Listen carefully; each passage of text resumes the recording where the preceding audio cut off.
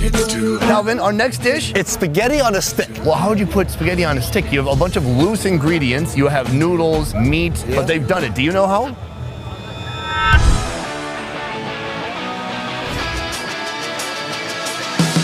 So far at the Minnesota State Fair, we've experienced cooking on a massive scale. It's going to be rated C because it's about to get pornographic. Then, Calvin and I took on the fair's most bizarre food combinations. As a chef for 20 years, this shouldn't work in my mind. But it works at the State Fair. Today, it's all about crazy food creations on a stick. The Minnesota State Fair is famous for putting food on a stick. I don't know when this became a trend, but it did. This year, vendors proudly boast over 80 different foods on a stick. They've gone crazy with the stick theme. Here you can even find a pork chop on a stick, cheese on a stick, Spaghetti on a stick? How do you put spaghetti on a stick? We will find out soon enough, Sonny. Now, it's time for Calvin and I to hit the streets. You ready? What does that do? Expands your large intestines and small intestines. Should we go? Yeah. Okay. So stupid.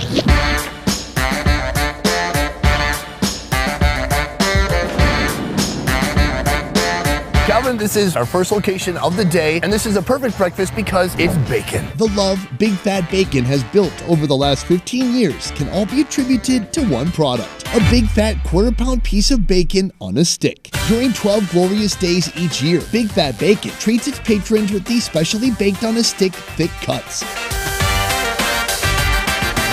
25 minutes in the oven, followed by 2 minutes on the flat top, turns the crispiness to 11.5. Finally, a shiny glaze of maple syrup and a sprinkle of peppercorn and sea salt. This thing is gigantic. Yeah, I think two people usually split it in half and they eat their way to the center at the same time, and it usually ends with a romantic kiss. Are you thinking what I'm thinking? That we both eat our own? Exactly. Aha. That's so satisfying. That is a thick cut bacon, but you still got some crispy bits in there. So it has a nice outer rind of fat, but it's not overpowering. It has a nice fat to meat ratio. Hey, you have a nice fat to meat ratio too. I do, don't I? Maple flavor goes perfect for breakfast. It's oily, it's greasy, it's sticky. There's one thing we're missing. Reaching off screen. It's chocolate. Gimme that swing, gimme that swing. Boop. Are you? Is this the day to be cautious? What's happening? Let's bring it, right? Bring it. Bring the 11. Gimme that. Yeah, good. Calvin does not have confidence in this concept, but I do. Let's go for it. Oh, more? It's a great contrast between the savoriness and the oiliness of the bacon, and now this sweet, rich chocolate sauce. Bacon, pork go so well with sugar. Oh, please, I don't want to be. Oh, because I'm a pig?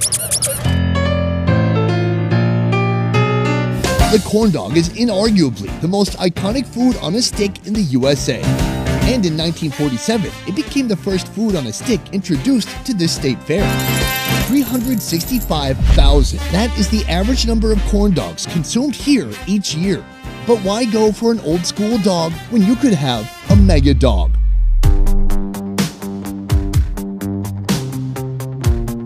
When I first saw this, I was wondering where the heck do you get an 18-inch sausage? What they actually do, multiple dogs, 1, 2, 3, on top of each other. The dogs are concealed with a thick layer of cornmeal batter, then immersed in bubbling oil. Fry until it's golden.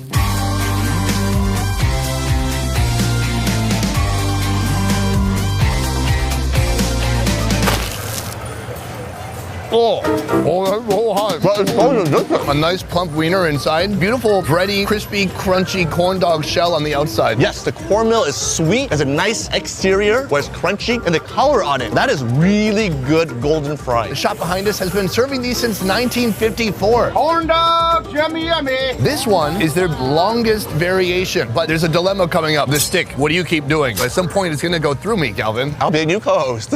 I know your plan now. That I die and you take over the show. I'm taking you out of my will immediately. Why did I just say, in the event that I die, Calvin takes over the best ever food review show? I'm taking that clause out. You get my shoe collection instead. The state fair is packed with edible nostalgia, but it's also a field for creativity and innovation. The Blue Barn is a sturdy player on that field.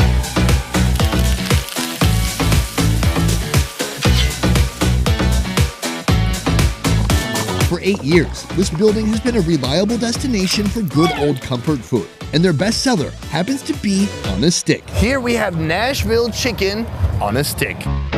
Have you ever had a Nashville hot chicken before? It's all the craze right now. Really? Yes. Tell me about it. I don't know anything about it. Okay, voiceover. Nashville hot chicken is fried chicken with a major kick from their cayenne pepper hot sauce. At Blue Barn, they start with chicken breast marinated in buttermilk, egg, hot sauce, and some secret spices.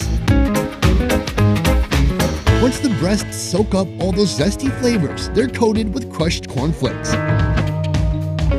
Then on the skewer and in the frying pan. Then it's out for a slather of their signature cayenne blend. This chicken on a stick was first introduced in 2019, and they sold 37,000 portions at the state fair. this year. It might be 37,002. The cornflakes really give a great texture and crunch. Cornflakes and not just a fine kind of powder on the outside. It creates more surface area. There's more crisp to crunch on. I admire people who choose to work with chicken breast. Out of all the animal parts, it'd be easier to make something delicious and juicy out of pig brain than chicken breast. Chicken breast can be so dry if you treat it wrong. Yeah, but it's been treated really well. Really well.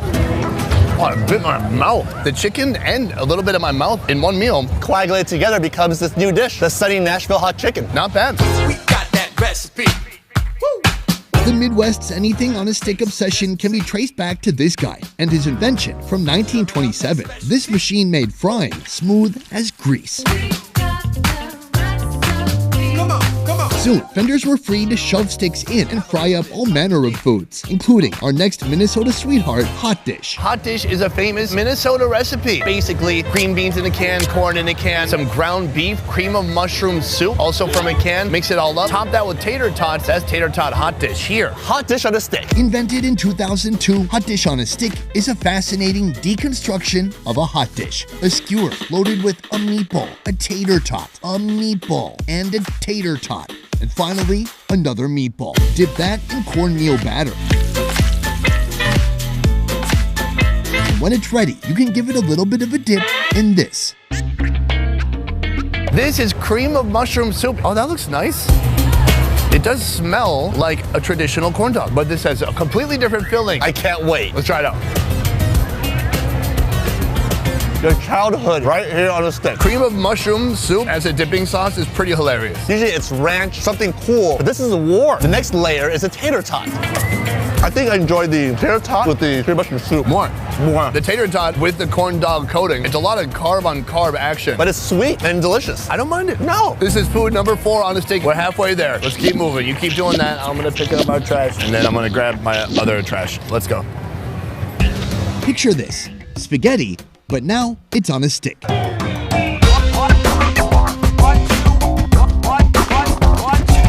years ago, Oodles and Noodles made up their minds to defy gravity with this fun fair food. Angel hair pasta and ground beef tie the knot in a ball and settle down on a stick. These meat lollipops are coated in breadcrumb batter. Then they get the sizzling treatment. I'm starting to see a trend today. Everything is dipped, fried, and Stuck, sticked, penetrated. Like true spaghetti, it gets a slather of marinara sauce and a sprinkle of Parmesan cheese. Sunny, what do you call a fake pasta? I don't know. An impasta. Oh. It smells tomatoey, fresh. We're looking at a tomato layer, a bread layer, and then the meatball layer, which has some noodles inside of it. It's like Inception, the movie. It's like Inception, the meatball.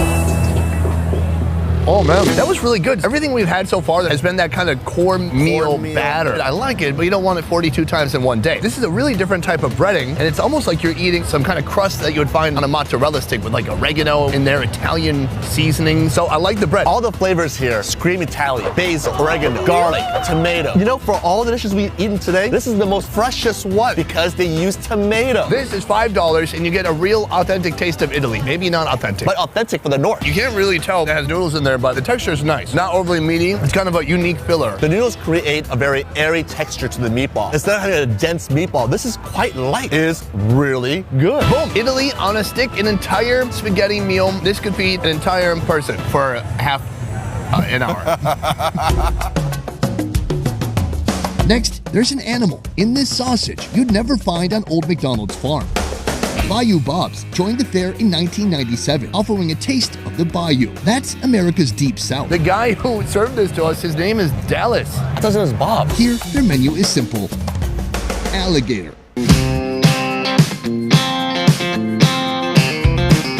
Every year, 20,000 pounds of alligator meat go through this kitchen to get deep fried, sauteed, or wrapped up in a sausage. Unlike chicken or beef, most of the meat that comes off a gator comes from its tail. That tail meat gets ground up and mixed with Cajun seasonings, then stuffed in a sausage. Like a Jimmy Dean's breakfast sausage.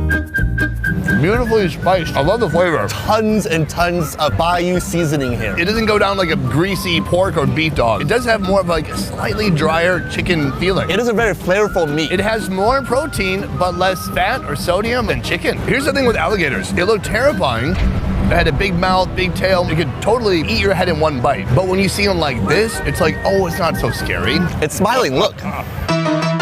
This next stick food violates the foundational tenets of 4 religions and 7 cults. Oh my God, it's so heavy. Hold on, I need a freaking crane to prop it up. Ugh. So this looks like a corn dog on steroids. Or Illinois. This is a dilly dog, like a mutated corn dog that's had some surgical enhancements, including pickle implants. You're the roast of my beef, the mash to my potato. It all starts with a brat in the center. Now it's time for the pickle. Already that is enough. I would have been like, this is extreme, but let's try it. And then they fried it after that. To make it non-keto friendly. But in order for this usually wet dill rod to hold the forthcoming batter, it must be dried a bit by sweating it out in a pickle warmer. Now it's time to fry. My mouth begins to water every time that you walk by. There's a rumble in my belly when you serve another guy. This oblong oddity is one of the State Fair's top 10 foods. In a good year, they sell over 2,000 per day. That is a lot of dilly-dally. Do you want to cross your arms? Oh, no, I don't. Let's yeah, sorry. Whoa. I like it. Uh-oh. Gravity is not helping me right now. It's like this pickle lost too much weight and its clothes don't fit anymore. Take it off the stick? Then how is that a stick-themed episode? Back on the stick. The brat has a nice porky flavor. The pickle has a nice briny, acidic flavor. And then that cornmeal batter is sweet. This is the perfect Minnesota State Fair food. Absolutely perfect. It's fun, dude. You got like a pickle here and it's like, oh, is that just a pickle? It's like, No, don't forget about me. I'm here too. I live inside the pickle. Hey guys. What happens if he gets shy? Oh, hey guys, I gotta get going. I'll talk to you later. this food is fun. Fun with the capital F.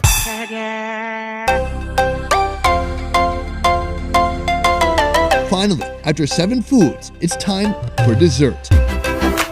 This is the most decadent, over-the-top, unhealthy food you'll find here or anywhere else. What we're looking at right here is a pinnacle of sweet fried foods on a stick. I've heard about them my whole life, but I was too poor to drive all the way here and pay for admission, even though I grew up an hour away. Very sad story. This here is a Snickers bar. Wrap it in a pancake batter blanket and deep fry. If that's not enough to make you reach for your insulin, they also douse it with powdered sugar. This is the ultimate guilty pleasure. Oh my God, that is so good. So sweet. So good. I'm always gonna run. How can you guys eat this growing up? Yeah, what was I thinking? The chocolate, the nougat, the peanuts, And caramel. and caramel together, encased in a pancake batter. This, Sonny, this is true gluttony. When you look inside, you can see the Snickers has just completely melted down. All the ingredients are mixing and mingling together. And then there's just a little bit of texture too. You got the crunch when you bite it. Oh, it's about to poop. About to poop? You hear it was coming out the bottom. There's some stuff you see as you walk around the fair where you're like, there's no way that's gonna be good. It's just a gimmick. This seems like a gimmick, but when you eat it, it is delicious. This has withstood the test of time. I may never eat another Snickers the same way again. Calvin, today we ate 8 different foods on a stick. Tell me which one was your favorite. My favorite today has to be chocolate bacon on a stick. Oh. The saltiness, the cured, the chocolate really threw me off, but man, the best surprise of the day. My runner-up is the Italy meatball spaghetti on a stick. Very creative, very light, and very surprising. But the one that blew me away, the one I've heard about for over a decade, the Snickers that has been fried. It took my heart away, it took my breath away, and actually my heart rate's going up because of probably the insulin dump and I'm having a pre-diabetic moment. Best Ever Food Review Show is a small team of independent creators, and everything we do here works because of you guys. Click the link in our description to join our Patreon and receive exclusive benefits. A peace. Calvin, you're going to want to blow on this. Oh, Liz. This one is their longest variation. The word variant is ruined for me now. I love it. It's a classic. It reminds me of the 4th grade. And the story ends there. So is that chicken breast? Is this tilapia? What is it about Korean mushrooms? What is it about? What is it about? Yo, dude, it's our 4th location, like not our 19th. Are you okay? Are you gonna make it? Would Gordy Gordy? Would Gordy? Well, I'm good friends with Gordon Ramsay. I call him Gordy. Got it. I never would have been able to come up with this. Over your Applebee's University levels. Yes, I'm an Apple buddy, and after that, I'm a flunky. I went to the doctor. He said I'm so badass. He said I'm morbidly a beast. A beast. Yeah. Guys, that's it for this one. I want to say a huge thank you to my friend Calvin right here from the YouTube channel FKN Deliciousness is the name. You can subscribe and follow him on all of his fun food adventures. That is it for this one. Thank you so much for watching. We will see you next time. A peace. Man, is there a hospital nearby? I need an elliptical or a doctor. God, I'm starting to feel diabetic right now. Maybe an enema?